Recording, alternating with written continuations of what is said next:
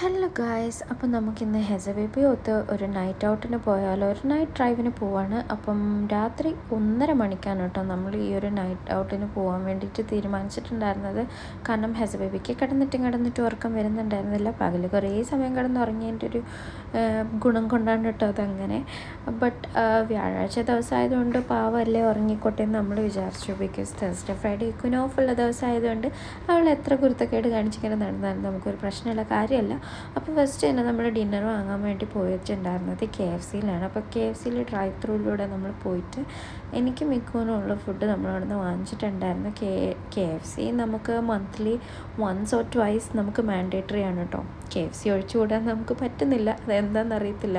അത്രയും ടേസ്റ്റാണ് ഇവിടെ കിട്ടുന്ന KFC. അപ്പോൾ നിങ്ങളൊരു KFC ലവറാണ് എന്നുണ്ടെങ്കിൽ ഈ വീഡിയോയുടെ താഴെ എന്തായാലും കമൻറ്റ് ചെയ്യാൻ വേണ്ടി മറക്കരുത്.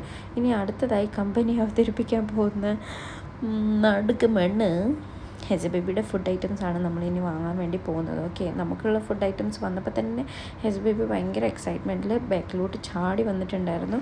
പിന്നെ നമ്മൾ മെക്ടീന്ന് ഹെസബേബിക്ക് ഒരു കിഡ്സ് മീലാണ് വാങ്ങിച്ചിട്ടുണ്ടായിരുന്നത്. അപ്പോൾ അവളുടെ മോസ്റ്റ് എക്സൈറ്റിംഗ് ആൻഡ് മോസ്റ്റ് അവെയിറ്റിംഗ് സാധനം എന്താണെന്ന് വെച്ച് കഴിഞ്ഞാൽ അതിൻ്റെ കൂടെ കിട്ടുന്ന ഈ ഒരു ടോയ് ആണ് കേട്ടോ. അപ്പോൾ ഇത്തവണ കിട്ടിയിട്ടുണ്ടായിരുന്നത് അവൾക്കൊരു കുഞ്ഞ് ക്രോക്ക് ആണ്, ഭയങ്കര ക്യൂട്ടായിട്ടുണ്ടായിരുന്നു.